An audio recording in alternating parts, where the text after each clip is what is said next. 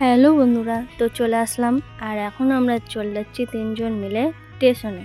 তো আজকে আমরা যাব রানাঘাটে মাসির বাড়ি আর ওদের দুজনের পিসির বাড়ি।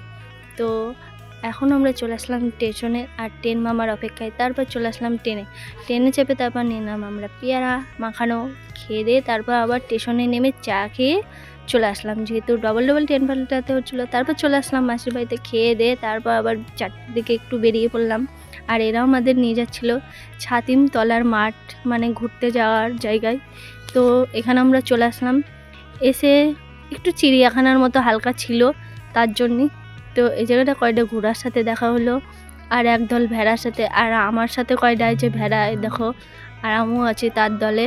তো কয়টা ভেড়ার সাথে দেখা করলাম আর কয়টা ভেড়া মিলে গেছিলাম। তারপর একটু পাখি মাখি গরু টরু সব কিছু একটু দেখে নিলাম, বিদেশের তো তাই ভালোই লাগে। তারপর এই ঘোড়াটার আমি নাড়বে যাই একটুখানি ডুস খাচ্ছিলাম, কোনো দিন নাড়ি নাই।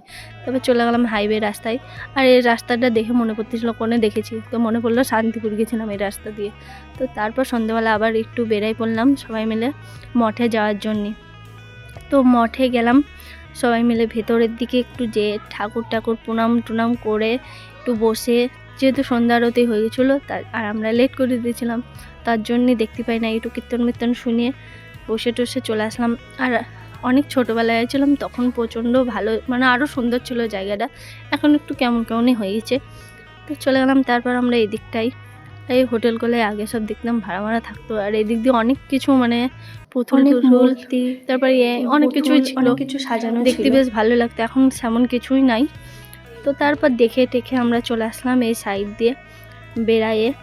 তো সবগুলো মিলে একটু পোজ দিচ্ছিলো, অন্ধকার ছিল যেহেতু, আর এই অনাথ আমি তাই করছিলাম। তো তারপর চলে এলাম, ফুচকা খাই নিলাম, খাই দিয়ে তারপর আমার মাসির দোকানের স্পেশাল ঘুগনি সেই টেস্ট। বাই।